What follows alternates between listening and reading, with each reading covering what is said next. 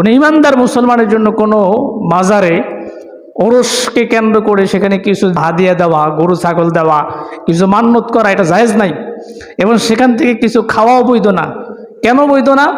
আপনারা জেনে থাকবেন, যারা মাজারে গরু ছাগল দেয় এরা কিন্তু বাবার নামে দেয়। এবং সেখানে যে সমস্ত গরু ছাগলগুলো জবাই করা হয় মাজারে, এরা বাবার নামে জবাই করে। কি বলেন?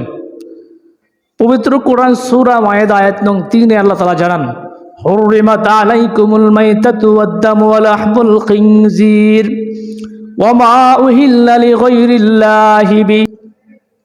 হুররিমাত আলাইকুমুল মাইতাতু ওয়াদ-দামু ওয়া লাহমুল খিনজির, আল্লাহ তাআলা হারাম করেছেন মৃত্যু প্রাণী। মৃত্যু প্রাণী বলতে গরু, ছাগল, ভেড়া, এগুলো যদি মৃত্যুবরণ করে তা খাওয়া মুসলমানদের জন্য কি হারাম করেছেন। এবং শূকরের মাংস খাওয়া মুসলমানদের জন্য হারাম করেছেন। ওমা উহিল্লা লিগাইরিল্লাহ, এবং আল্লাহ তাআলা হারাম করেছেন আল্লাহর নাম ব্যতীত যে সমস্ত প্রাণীগুলোকে জবাই করা হয় তা খাওয়া। কাজী মাজারে ওরসে যে সমস্ত আয়োজনগুলো করা হয়, মাজারকে কেন্দ্র করে যে আয়োজন করা হয়, সেখানে যে গরু, ছাগল, দুম্বা, ভেড়া জবাই করা হয়, তারা কিন্তু বাবার নামে জবাই করে। বাবার নামে জবাই করুক, সে যত বড় বাবাই হোক না কেন, শুধু বাবার নামে আর নবীর নামে জবাই করলেও সেই প্রাণীর মাংস খাওয়া মুসলমানদের জন্য কি হয়ে যায়? হারাম হয়ে যায়।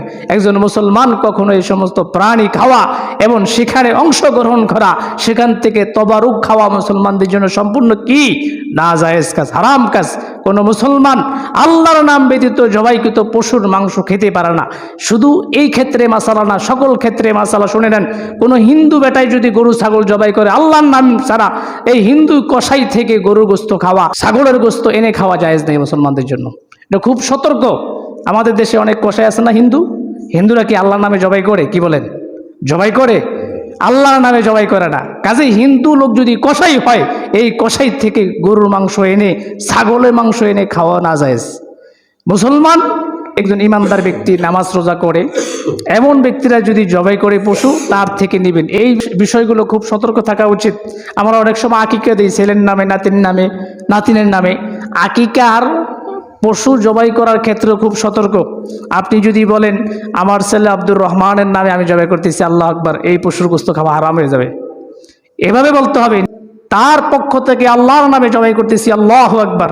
ঠিক আছে?